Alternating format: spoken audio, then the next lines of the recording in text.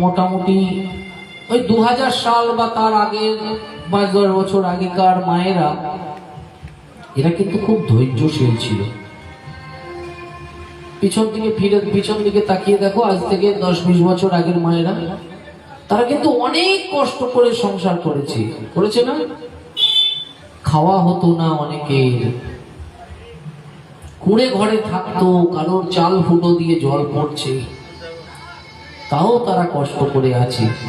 যখন বৃষ্টি হচ্ছে, বৃষ্টির সময় কোথাও গামলা পাচ্ছে, কোথাও বা বালতি পাচ্ছে, কোথাও বা হাঁড়ি পাচ্ছে, পেতে তারা কষ্ট করে বাস করেছে না?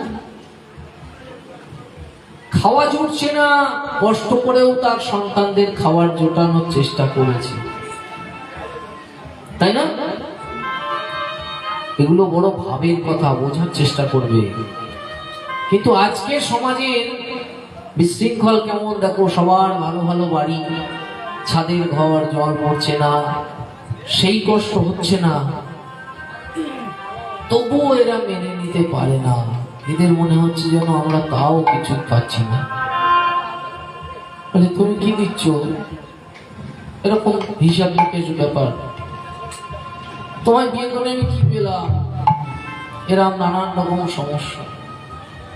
ওরে বাবা, তোরা যা পাচ্ছিস অনেক ভালো পাচ্ছিস, আগের লোকগুলোর দিকে তাকিয়ে দেখ,